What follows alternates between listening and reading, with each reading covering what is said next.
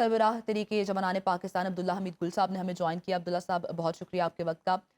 अब्दुल्ला साहब, किस तरह से आप इस सिचुएशन को जाता हुआ देख रहे हैं? क्योंकि जब हम लोग बात करते हैं कोई भी जंग, उसका आगाज़ तो हो जाता है, उसको रोकना बहुत ज़्यादा मुश्किल हो जाता है। ख़ास तौर पर उस सिचुएशन में जब हमने देखा गुज़श्ता रोज़ भी अमेरिका में मुज़ाकरात हो रहे थे और कंटिन्यू रखने पर मुज़ाकरात और बातचीत को इत्तेफ़ाक किया गया था। उसमें कोई सालिसी का किरदार अदा करने के लिए भी फिर मुल्क नहीं आता जब इस तरह से मुज़ाकरात के दौरान जंग का आगाज़ कर दिया जाए। बड़ी वाज़ेह मेरे ख़्याल में बातचीत है। जब ओमान के अंदर बातचीत चल रही थी और उस टाइम पे जो है वो हमला कर दिया गया इज़राइल की जानिब से, तो सैबोटाज किया गया बुनियादी तौर पे इस सारे प्रोसेस को। लेकिन इस टाइम पे जो उसकी वजूहात हैं वो बड़ी वाज़ेह हैं। मतलब एक भेड़िया है, उसने भेड़ को खाना है। अब वो उसके लिए 100 बहाने बनाए। क्या जो है वो अगर अपना न्यूक्लियर प्रोग्राम तल्फ़ कर देता है, मिसाइल प्रोग्राम तल्फ़ कर देता है, तो फिर क्या अमेरिका की डिमांड ख़त्म हो जाएगी? They are blackmailers of highest order. वो आपको ब्लैकमेल करते रहते हैं। वो एक के बाद एक डिमांड लेके आएंगे। फिर वो कहेंगे रिजीम चेंज करो। फिर उसके बाद वो कहेंगे, अभी देखे ना रिजीम चेंज का भी जो गेम थी वो तो सामने आ गई जब उनके स्कॉट बेशनेट ने जो है, जो कि उनके वजीर खजाना है अमेरिका का, उसने कहा कि ये जो रिजीम चेंज का चक्कर था और जो अवाम हमने जो सड़कों पे लेके आए थे, ये तो अमेरिकन मंसूबा था। हमने जानबूझ के डॉलर की किल्लत की थी, हमने जानबूझ के अवाम को जो है वो उकसाया था। ये बात तो उसने अब तस्लीम कर ली हुई है। और फिर क्या ये यहाँ बात खत्म हो जाएगी? फिर रिजीम चेंज करने के बाद वो कहेंगे कि डी इस्लामाइज करो।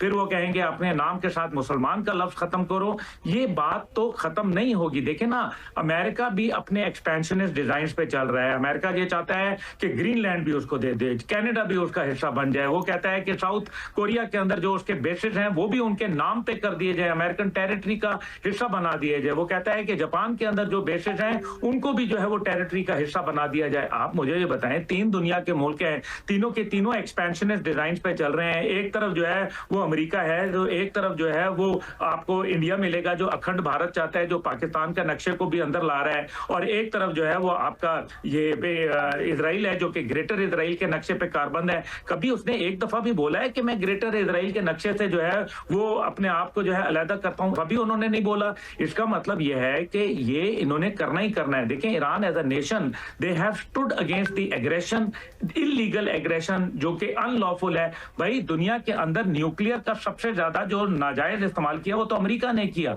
दुनिया के अंदर ताकत का इस्तेमाल नाजायज जो है वो किसी और ने नहीं बल्कि इजराइल ने किया। इंसानियत को कत्ल किया उन्होंने किया। रेड क्रॉस की बिल्डिंग्स को उन्होंने छोड़ा, उन्होंने अस्पतालों को नहीं छोड़ा, औरतों, बच्चों, बूढ़ों, जवानों को नहीं छोड़ा, नहते लोगों को जो है निशाना बनाया।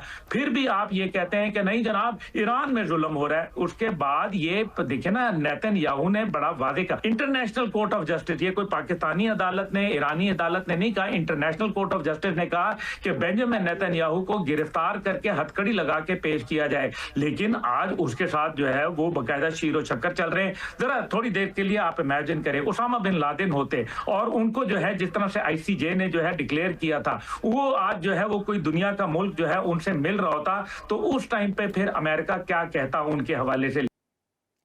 सरबराह तहरीक जमान पाकिस्तान अब्दुल्ला हमीद गुल साहब ने हमें ज्वाइन किया। अब्दुल्ला साहब, बहुत शुक्रिया आपके वक्त का। अब्दुल्ला साहब, किस तरह से आप इस सिचुएशन को जाता हुआ देख रहे हैं? क्योंकि जब हम लोग बात करते हैं कोई भी जंग, उसका आगाज़ तो हो जाता है, उसको रोकना बहुत ज़्यादा मुश्किल हो जाता है। ख़ास तौर पर उस सिचुएशन में जब हमने देखा गुज़श्ता रोज़ भी अमेरिका में मुज़ाकरात हो रहे थे और कंटिन्यू रखने पर मुज़ाकरात और बातचीत को इत्तेफ़ाक किया गया था। उसमें कोई सालिसी का किरदार अदा करने के लिए भी फिर मुल्क नहीं आता जब इस तरह से मुज़ाकरात के दौरान जंग का आगाज़ कर दिया जाए। बड़ी वाज़ेह मेरे ख्याल में बातचीत है। जब ओमान के अंदर बातचीत चल रही थी और उस टाइम पे जो है वो हमला कर दिया गया इजराइल की जानिब से, तो सैबोटाज किया गया बुनियादी तौर पे इस सारे प्रोसेस को। लेकिन इस टाइम पे जो उसकी वजूहात हैं वो बड़ी वाज़ेह हैं। मतलब एक भेड़िया है, उसने भेड़ को खाना है। अब वो उसके लिए 100 बहाने बनाए। क्या जो है वो अगर अपना न्यूक्लियर प्रोग्राम तल्फ़ कर देता है, मिसाइल प्रोग्राम तल्फ़ कर देता है, तो फिर क्या अमेरिका की डिमांड खत्म हो जाएगी? They are blackmailers of highest order. वो आपको ब्लैकमेल करते रहते हैं। वो एक के बाद एक डिमांड लेके आएंगे। फिर वो कहेंगे रिजीम चेंज करो। फिर उसके बाद वो कहेंगे, अभी देखे ना, रिजीम चेंज का भी जो गेम थी वो तो सामने आ गई जब उनके स्कॉट बेशनेट ने जो है, जो कि उनके वजीर खजाना है अमेरिका का, उसने कहा कि ये जो रिजीम चेंज का चक्कर था और जो अवाम हमने जो सड़कों पे लेके आए थे, ये तो अमेरिकन मंसूबा था। हमने जानबूझ के डॉलर की किल्लत की थी, हमने जानबूझ के अवाम को जो है वो उकसाया था। ये बात तो उसने अब तस्लीम कर ली हुई है। और फिर क्या ये यहाँ बात खत्म खत्म हो जाएगी, फिर रिजीम चेंज करने के बाद वो कहेंगे कि डी इस्लामाइज करो, फिर वो कहेंगे अपने नाम के साथ मुसलमान का लफ्ज खत्म करो।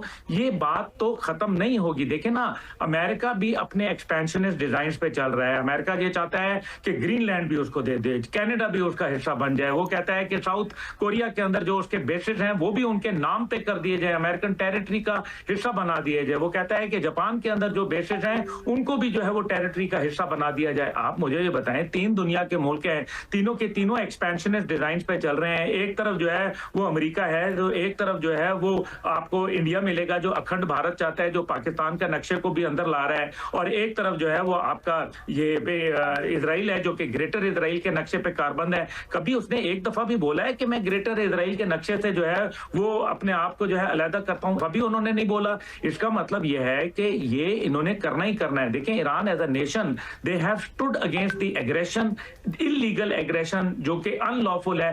भाई, दुनिया के अंदर न्यूक्लियर का सबसे ज्यादा जो नाजायज इस्तेमाल किया वो तो अमेरिका ने किया। दुनिया के अंदर ताकत का इस्तेमाल नाजायज जो है वो किसी और ने नहीं बल्कि इजराइल ने किया। इंसानियत को कत्ल किया उन्होंने किया, रेड क्रॉस की बिल्डिंग्स को उन्होंने छोड़ा, उन्होंने अस्पतालों को नहीं छोड़ा, औरतों बच्चों बूढ़ों जवानों को नहीं छोड़ा, नहते लोगों को जो है निशाना बनाया।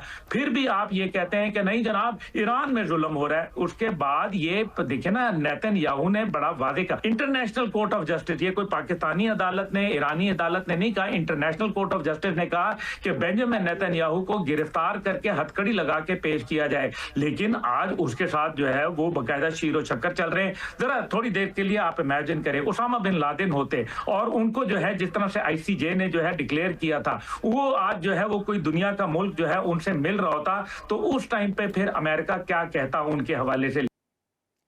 बिल्कुल ठीक है। अब्दुल्ला हमीद गुल साहब साथ ही मौजूद रहे, हमें ज्वाइन किया है ब्रिगेडियर रिटायर अहमद सईद मिन्हाज साहब ने। आपके वक्त का शुक्रिया। ब्रिगेडियर साहब, कहिएगा, जैसे ईरान ने अब अमेरिका और इसराइल के हमलों के बाद सख्त और तबाहकुन जवाबी कार्रवाई शुरू कर दी है, कैसे देख रहे हैं आप इस सारी सूरत हाल को?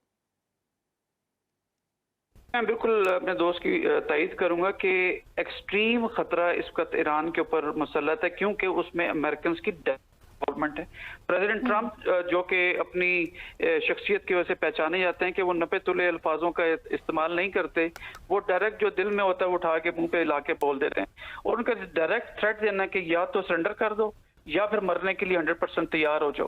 भाई, किसके खिलाफ बात कर रहे हो आप? कोई लीबिया के खिलाफ बात कर रहे हो, आप कोई लेबनान के खिलाफ बात कर रहे हो, आप ईरान के खिलाफ बात कर रहे हो। ईरान जिसकी शिया कम्युनिटी की स्ट्रिंग्स पूरी दुनिया में है, और क्या आपका क्या ख्याल है कि तमाम के तमाम शिया कम्युनिटी जो है उसमें ऊपर से ले लें लेबनान, सीरिया, टर्किश कुर्स को ले लें, इराक ले लें, ईरान ले लें, नीचे यमन ले लें, इसके अलावा पूरी पाकिस्तान के अंदर कितनी बड़ी शिया कम्युनिटी है। तो जितने शिया कम्युनिटी है जो आइडियोलॉजी बेस्ड एक कौम एग्जिस्ट करती है, उसके खिलाफ इस तरह की नंगी जो जारियत करना और थ्रेट देना किसी भी सूरत एक स्टेट्समैन को जेब नहीं देता, और स्पेशली जो कि इंतहाई लिथल वेपन से लेस हो। तो जैसे मैंने पहले कहा कि अगर जरा सी भी उन्होंने ईरानियन से लचक दिखाई या रेस्ट्रेंट का मुजाहरा किया तो ये अमेरिकन और इसराइली उस पर चढ़ दौड़ेंगे।